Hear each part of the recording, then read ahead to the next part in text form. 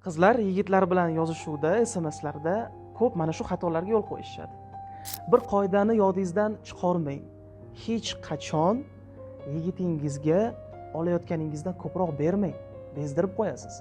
Misol uchun, endigina munosabatlar boshlangan qizlar yigitga yozishadi. Uxlab turdingizmi, yeb oldingizmi, ichib oldingizmi?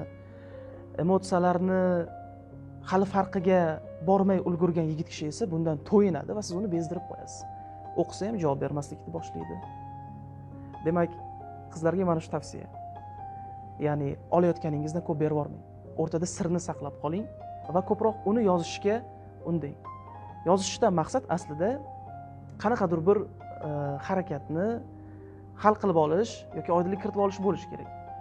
Har safar yozishganda qiz bola yigitdan emotsiya kutadi, javoblaridan. Yigit esa yaxshi men ishdaman deganda qiz o'ylashni boshlaydi. Meni sevmaydi, menga xiyonat qilyapti yoki yoqtirmaydi.